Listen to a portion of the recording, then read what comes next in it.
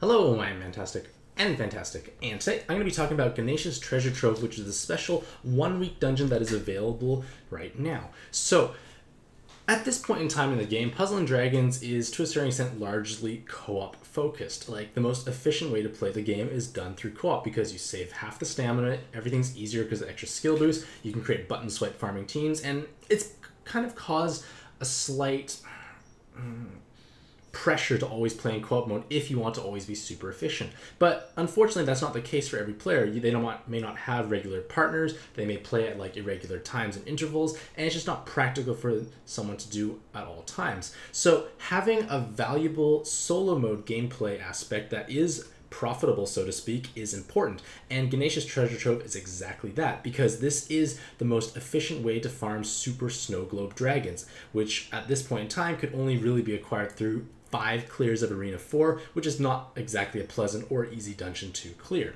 So this video will just be kind of summarizing how this event works and giving a little bit of an idea of what you can expect.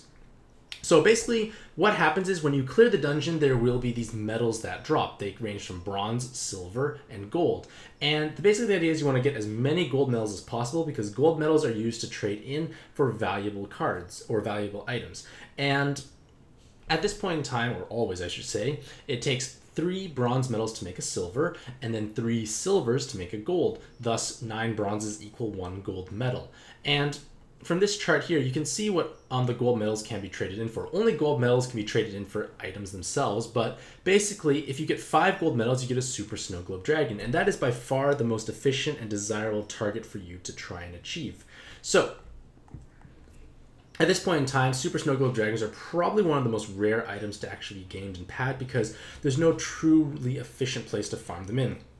Yes, some limited time dungeons may have like Super Snow Globe invade rates, but apparently those are absolutely terrible. I've never played for them, but people tell me like they just don't appear or drop, so it's not a viable way to do it. And playing Arena 4 is quite challenging. Not many players can clear it on a consistent basis, but you need to clear it 5 times in order to get 5 snow globes to exchange them for 1 Super Snow Globe. So this is a very taxing requirement, and it requires either 250 stamina in co-op or 500 in solo mode to actually achieve. So that's kind of the baseline target. Now, from Ganesha's Treasure Trove, we gain a bit less than, I would say, 1 gold medal per run. Like the above image is a much higher lucky run, obviously. So I'd say a little bit less than 1 gold medal per run, which means you need maybe 6.5 to 7 or so runs to actually acquire 5 gold medals after monster exchanging. So that translates into 195 to 210 stamina. So we've already beaten Arena 4's co-op stamina ratio, but Ganesha's Treasure Trove can be essentially swipe/button through, so it's significantly easier, much less time consuming, and much less mentally taxing. Like, you just enter and it's quite easy. You do it in solo mode, do it on your own time, and life is very happy. So this is very efficient. And yes, some people may argue that, like, I want skill delay resist Tamadras, and those are still helpful. They take 3 gold medals. So to get 3 gold medals, let's say it takes 4 runs, okay? That's 120 stamina for 1 SDR. Like, even if you did incredibly good, like, it's not going to be that efficient because if you can play Super Ultimate Norse Rush or the other rushes that have the SDRs invading, it's 50 in co-op, 100 stamina in solo mode. So those dungeons are more efficient for farming the SDRs. Yes, they may be challenging, but in co-op you can set up teams that kind of swipe/button their way through it, so it's actually not as difficult as it may appear. So Super Snow Globes should really be the primary target, but I'd say if you can't farm those Norse rushes or whatever those rushes are, maybe skill delay resist might have more value for you. Just be aware that it's going to be less stamina efficient, but again, if you couldn't beat those rushes, well, this is the best way to do so. So this is one sample farming team. This dungeon is quite easy. Like, there are so many different team compositions possible. This is a video on my YouTube channel. I'm going to be releasing a Kaede video very shortly. I don't know why I recorded these in the wrong order, but basically Kaede can kind of swipe through some Zeus Dioses and bicolor, tricolor board changers.